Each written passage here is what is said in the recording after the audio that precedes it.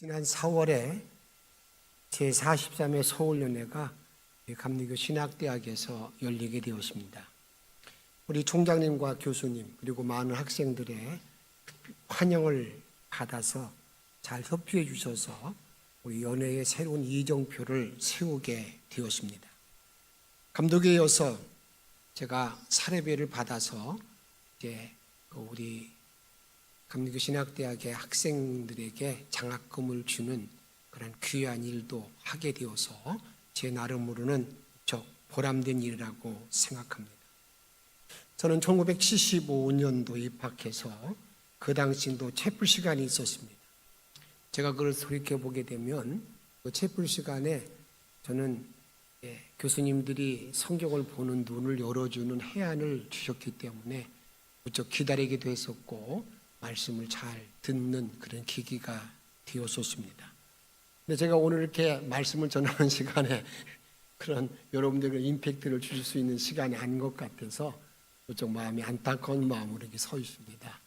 지난번에 연회할 때도 우리 감리교 합창단 참 큰 은혜를 받았는데 오늘도 참 너무 귀한 찬양 고맙습니다. 너무 감사를 드리고 여기 계신 모든 우리 사랑하는 후배들이죠. 우리 후배들이 맡겨진 모든 직임들을 잘 감당하면서 위대한 꿈을 이루어 나가시되 한국 사회를 빛내고 전 세계를 이끌 수 있는 위대한 지도자들이 다 배출되기를 바라면서 오늘 말씀을 나누고자 합니다. 오늘 성경의 본문을 잘 보게 되면 마가가 보는 12제자의 설명, 관점이 있습니다. 베드로에게는 딱 한 절에 1등 칸에 딱 태웁니다.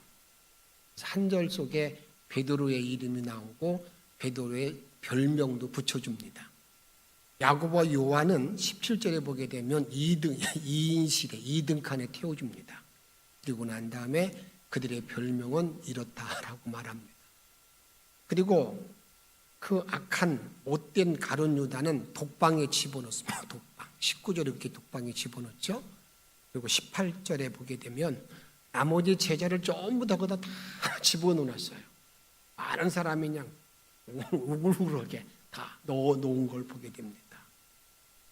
그런데 여기 보게 되면 그 많은 다인실에 들어가 있는 사람들 가운데 안드레라는 그러한 제자가 있습니다. 그 안드레는 베드로와 형제지간입니다. 그러니까 자기 형은 1등 칸을 타고 있고요. 자기는 다인실에서 이렇게 복잡하게 있는 그런 모습입니다. 여러분 어떻게 생각이 됩니까? 어떻게 보면은요, 이 베드로는 자기 동생 안드레가 전도했어요. 동생이 전도해서 예수님이 제자가 되었는데 지금 그 베드로는 이제 1등 칸에서 어떻게 많은 사람들에게 이제 존경도 받고 많은 사람 박수도 갈채받고 있다 그 말입니다. 근데 자기는 지금 다른 사람 많은 사람이 섞여 있는 그런 자리에 놓여 있는 거예요. 그의 마음속에 시기가 일어날 법합니다. 어떻게 보면 갈등이 일어날 법합니다. 그런데 안드레가 그런 말을 했다는 것을 성경은 볼 수가 없어요. 여기서 우리가 하나 찾아야 될 하나의 좋은 생각이 하나 있습니다. 그건 무엇이냐면 이 안드레라는 제자는요, 자기 나름대로 다름의 어떤 관점을 가지고 살아가는 사람. 다른 사람은 다 이렇게 살지만 안드레는 나는 그렇게 사는 것이 아니라 다름의 어떤 방법으로 사는 것들을 우리들에게 알려주고 있다고 생각이 됩니다. 어떻게 생각한다면 안드레에게는 기분 나쁜 일이 될 수도 있습니다. 성경에 보게 되면 기분 나쁜 일로 말미암아서 자기 동생을 쳐 죽인 그러한 일도 있지 않습니까? 그런데 이 안드레는 그런 어떤 모습이 아니라 오히려 다른 사람이 많은 그러한 가는 길 가운데에서 나는 다르게 우리 주님을 섬기고 우리 주님을 사랑하는 그런 모습들을 우리에게 말씀하고 있다 그 말입니다. 책 가운데 나음보다 다름이라는 책이 있습니다. 무엇을 어떻게 차별화할 것인가 그런 책입니다. 마케팅 전략의 책인데 여러분 경쟁하지 말고 차별화로서 자기 모든 길을 가라는 그런 내용입니다. 우리 사회는 나음 때문에 경쟁이 얼마나 심한지 모릅니다. 나는 너보다 더 잘해. 나는 분명히 너보다 확실히 달라. 이런 일 때문에 우리가 얼마나 어려움을 많이 당하는지 모른다 그 말입니다. 전에 개그 용어 가운데 이런 말이 있습니다. 1등만 기억하는 더러운 세상이라고 그렇게 말하는 말을 보게 됩니다. 이 세상은 오직 이 나음 때문에 몸부림치고 나음만을 위해서 달려가는 모든 모습을 본다 그 말입니다. 앞으로 한국교회를 이끌어 나가야 될 신학생들이 자기 역할을 잘 감당하는 비결이 무엇일까 저는 고민해 보았습니다. 예수 믿는 자에게 세상과 다름이 추구되듯이 다름이 추구되는 신학생이 되어야 한다는 생각이 들었습니다. 예수님께서도 우리들에게 말씀을 전할 때에 산상수훈에 보게 되면 우리들에게 다름에 대한 말씀을 합니다. 다른 사람은 다 이렇게 하지만 너희는 이렇게 하라. 이 다름의 어떤 예수님의 관점을 말씀하고 있습니다. 누가복음 22장 24절에 보게 되면 또 그들 사이에 그중 누가 크냐 하는 다툼이 난지라. 26절에 보게 되면 너희는 그렇지 않을지니 너희 중에 큰 자는 젊은 자와 같고 다스리는 자는 섬기는 자와 같을지니라 라고 말하고 있습니다. 많은 사람들에게 주님께서는 야 너희들은 이 세상에 가는 길로 가는 것이 아니라 섬기는 다름의 길을 갈 것을 우리들에게 말씀하고 있다 그 말입니다. 예수님께서는 또 이렇게 말씀합니다. 예수님께서는 마태복음 5장 38절에 보게 되면 눈은 눈으로 이는 이로 갚으라 하였다는 것을 너희가 들었으나 39절 같이 읽습니다. 나는 너희에게 이르노니 악한 자를 대적하지 말라. 누구든지 내 오른편 뺨을 치거든 왼편도 돌려대며라고 말합니다.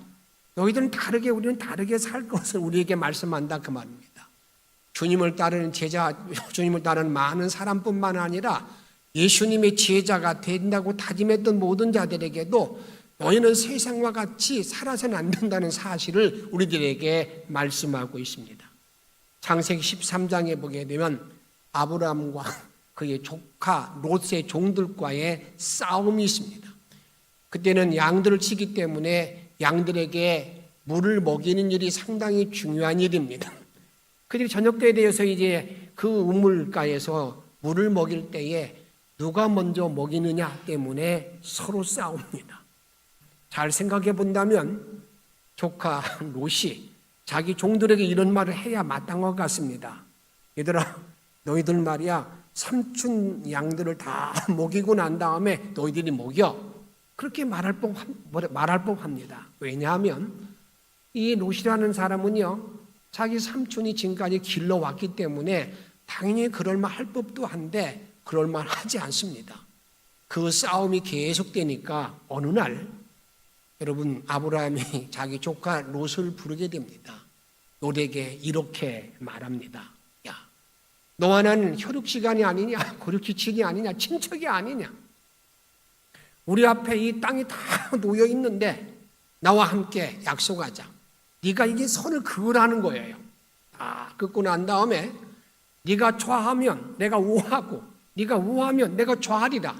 이렇게 말하고 있는 걸 보게 됩니다. 세상과 다른 삶을 우리들에게 가르쳐주고 있습니다. 인생의 삶을 살아가면서 나음이 아니라 다름의 삶을 사는 우리 신학생들의 자세가 어떤 자세로 가야 될까? 저는 이렇게 한번 말씀드리고 싶습니다. 작은 것의 가치를 인식하며 섬겨야 할 것입니다. 작은 것의 가치를 두고 섬기는 삶, 이것이 우리 사랑하는 후배들이 가져야 될 자세라고 저는 생각합니다. 요한복음 6장에 보게 되면 오병이어의 기적이 우리에게 보여주고 있는데 그 오병이어의 기적의 모든 내용이 잘 보게 되면 안드레의 시각에서 출발되는 걸 보게 됩니다. 예수님께서 묻습니다. 이 많은 자들에게 너희들 가운데 양식을 내가 줘야 되겠는데, 먹을 것을 주어야 되겠는데 너희들이 가지고 있는 것이 뭐 있느냐라고 물을 때에 안드레가 이렇게 대답합니다. 여기 한 아이가 있어 보리떡 5개와 물고기 2마리를 가지고 있나이다. 그러나 그것이 이 많은 사람에게 얼마나 되겠습니까? 라고 말합니다. 여러분, 그 당시 어린아이는요, 사람의 숫자에도 들지 못할 그런 때입니다. 여기 한 아이가 있어. 여기 한 아이가 있어. 여러분, 어린아이에 대한 어떤 관심이 있고 작은 것에 대한 가치를 두었기 때문에 어린아이를 지금 조명하고 있는 것을 보게 된다, 그 말입니다.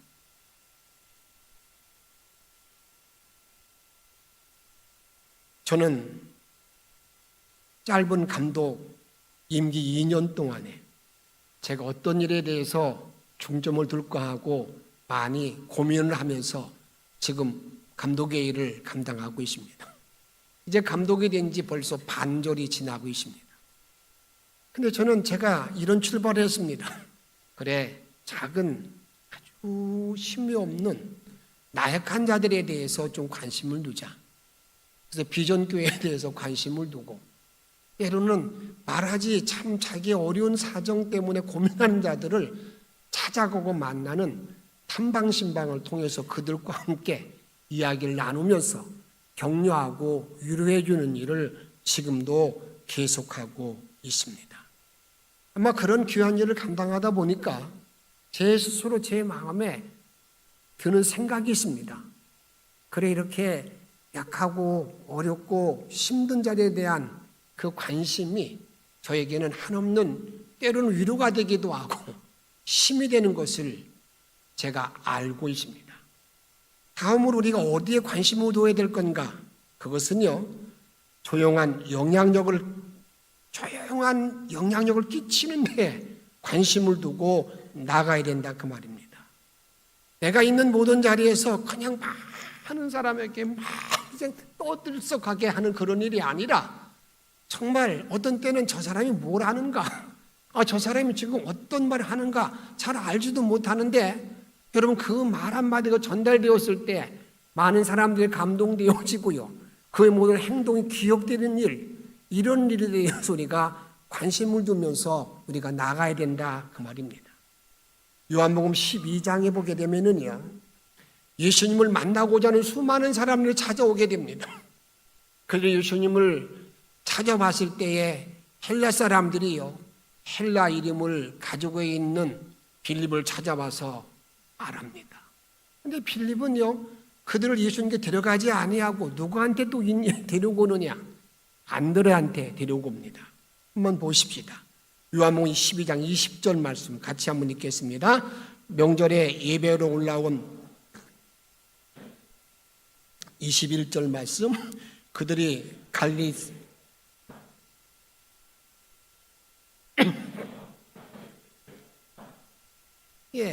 빌립이란 말이 여러분들에게 그 헬라 말이기 때문에 그 찾아가서 우리가 예수님 만나기를 원합니다. 예수님 좀 만나게 해주세요. 이렇게 말하는 거예요. 근데 빌립은 직접 예수님께 그들을 데려가지 아니하고 22절에 보게 되면 빌립이 안드레에게 가서 말하고, 안드레와 빌립이 예수께 가서 여쭈니라고 말하고 있습니다. 안드레는 베드로같이 그냥 떠들썩하게 많은 사람들에게 보이는 자가 아니었지만, 보이지 않게 뒤에서 조용하게 많은 사람들에게 영향력을 끼치는 사람인 것을 우리에게 말씀하고 있습니다. 우리가 지금 학문을 배우고 내가 신학 동산에서 앞에 하나님의 제자의 길을 걷는 우리 모든 학생들은 이제 나를 통해서 이런 영향력을 끼치되 조용한 영향을 끼칠 수 있는 그런 인물들이 되는데 관심이 있기를 저는 바라고 기도합니다. 우리는 왜 안드레 같은 지도자의 길을 가지 않는 것입니까? 그것은 악한 세상의 논리대로 1등이고 최고고 나음이 지배하기 때문에 안드레같이 조용한 영향을 끼치고 작은 것에 가치를 두는 일에 내가 관심이 없는 것을 보게 됩니다. 정말 행복한 신학생의 비결은 나음이 아니라 다름을 추구하는 이름을 알고, 오늘 예배에 참석한 모든 사랑하는 후배들은 예수님의 관점으로 살아갈 수 있기를 주의 이름으로 축복합니다. 저는 저 자신이 오늘 여러분들에게 다름을 추구했던 저 자신의 목회 주변 이야기를 잠시 말씀드리면서 말씀을 마치고자 합니다. 저는 일생 동안 목회 철학의 모든 말씀을 시편에 있는 말씀으로 저희 좌우명으로 삼았습니다. 성실을 식물로 삼으라는 말씀입니다. 시편 37편 3절에 보게 되면 여호와를 의뢰하고 선을 행하라. 땅에 머무는 동안 그의 성실을 먹을거리로 삼을지어다. 옛날 개역에 보게 되면 성실로 식물을 삼으라고 말하고 있는데 성실로 너의 먹을거리를 삼으라고 말하고 있습니다. 37편 4절에 보게 되면 여호와를 기뻐하라. 그가 내 마음의 소원을 내게 이루어 주시리라고 우리에게 말씀하면서 계속해서 여호와를 의지하고 맡기고 여호와 그렇게 되면 주님 우리에게 주시는 은총을 말씀하고 있습니다. 이 본문의 말씀의 구조를 잘 보면 이렇게 말합니다. 하나님의 관계를 잘 갖는데 하나님을 의뢰하고 맡기고 하나님께 모든 걸 다 의탁하라는 것입니다. 그리고 난 다음에 사람과의 관계를 보게 되면 하나님 안에서 선을 행하라고 말하고 있습니다. 저는 여기에서 성실이 무엇인가를 한번 정해 볼 수 있다고 생각합니다. 우리가 성실이라는 말은 여러분 하나님과의 관계, 믿음, 사람과의 관계, 이 섬김, 이것이 잘 일치를 이루는 겁니다. 이걸 다른 말로 말씀드린다면 신앙과 생활의 일치가 성실이라고 말할 수 있습니다. 그런 삶을 잘 살게 되면 하나님께서는요, 그들에게 주시는 놀라운 결과가 있는데 하나님의 약속의 말씀이 있는데 그 약속의 말씀이 무엇인가 한번 따라합시다. 마음의 소원을 이루어 주신다. 마음의 소원을 이루어 주신다. 내가 이 성실한 삶을 잘 살게 되면 내 마음의 소원을 내가 이루어 주리라. 얼마나 신나는 말입니까? 여기 계신 분 학생들도 내 마음의 소원이 많이 있는 줄 압니다. 이런 마음의 소원을 이루어주는 모든 길이 어디 있는가? 주님은 말씀합니다. 내가 성실로 먹거리를 삼으라고 우리에게 말하고 있다 그 말입니다. 그리고 난 다음에 또 말합니다. 너를 빛나게 하리라. 빛나게 하리라. 빛난다는 말은 어떤 말이겠습니까? 내 지도력을 세워주겠다는 겁니다. 나를 높여주겠다는 말이 아니겠습니까? 내가 섬길 수 있는 영역을 점점 많아지게 한다는 주님의 약속의 말씀입니다.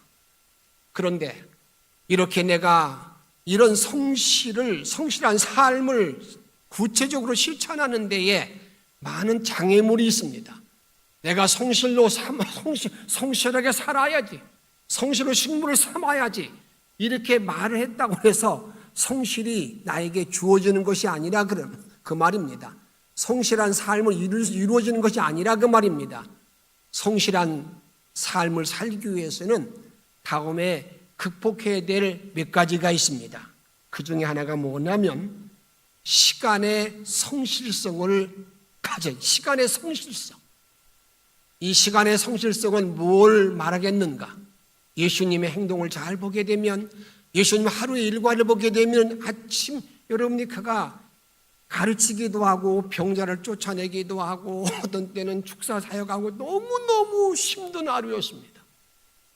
그 예수님은 어떤 때 보게 되면 식사할 겨를도 없는 그런 시간들이 너무나 많았다 그 말입니다. 그런데 그 예수님이 반드시 그 아침에는 어떤 일을 했는가? 이렇게 성경은 말합니다. 마가복음 1장 35절 같이 한번 읽도록 하겠습니다. 새벽 아직도 밝기 전에 예수께서 일어나 예수님 뭐 하셨다고요? 그런 바쁜 일과를 지나고 잠드시고 난 다음에 아침 새벽에 일어나서 제자들이 예수님 어디 가셨지? 예수님 어디 가셨지? 그렇게 말할 때 찾아보게 되면 한적한 곳에 가서 기도하셨다고 말씀하고 있습니다. 뭘 말씀하는 겁니까? 새벽 기도, 이 새벽을 잘 활용하는 것.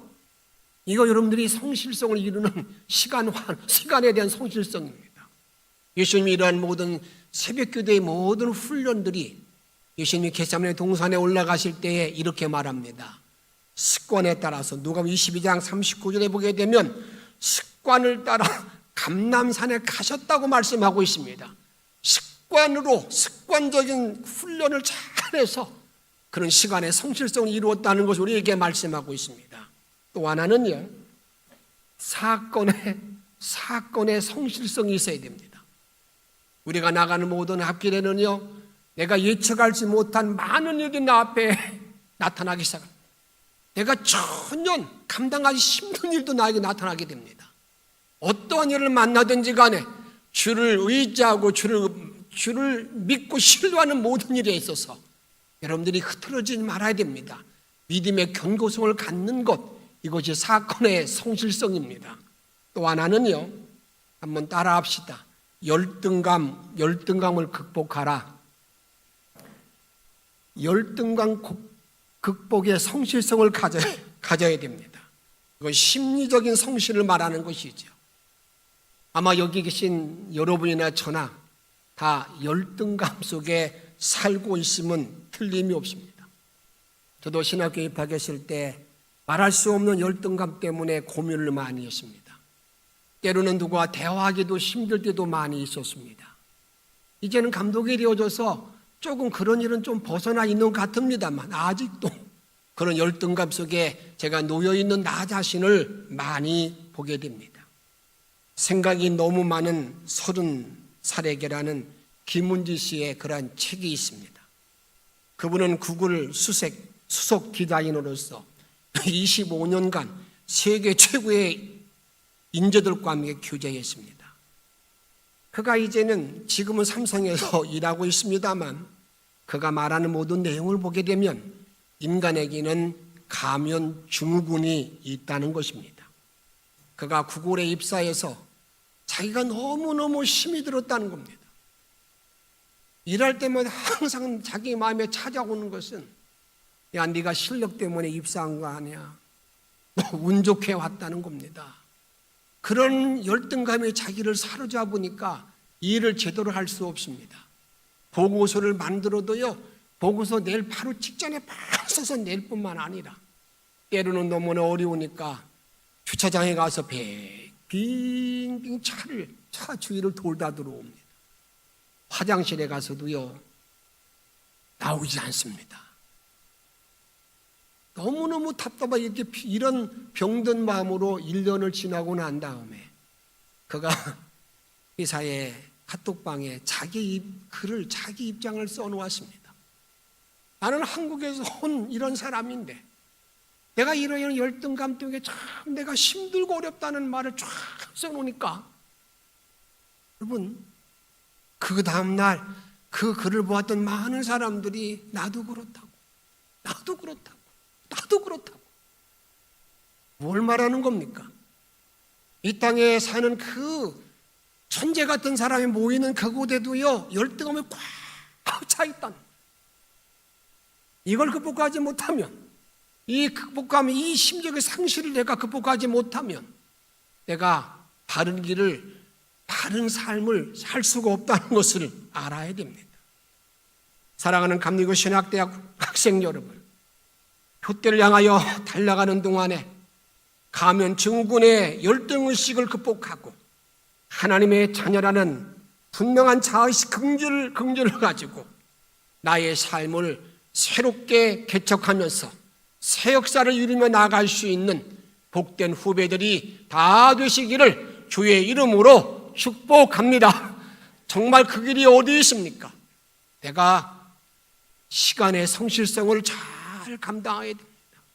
사건의 성실성, 때로는 열등감을 극복하는 성실성을 잘 이루어서 내가 주님의 자녀로서 이 땅에 나에게 주어진 분복을 잘 이루며 맡긴 일을 감당할 때마다 그곳에 기쁨이고 감사가 있고 새로운 꿈이 넘치는 우리 감리교 신학대학의 우리 후배들이 다 되어지시기를 다시 한번 축복합니다.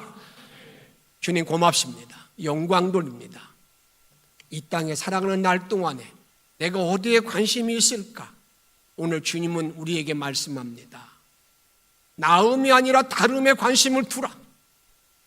그리고 삶을 살아가는 동안에 정말 주님 앞에 성실로 식물을 삼으로 말미암아 주시는 은혜를 잊고 살라고 말씀하고 있는데, 이 말씀을 마음에 담고 일생 동안 주 앞에 묵묵히 걸어가면서 우리 주가 주시는 축복을 누리고 살 수 있는 귀한 우리 학생들로 인도해 주시옵소서.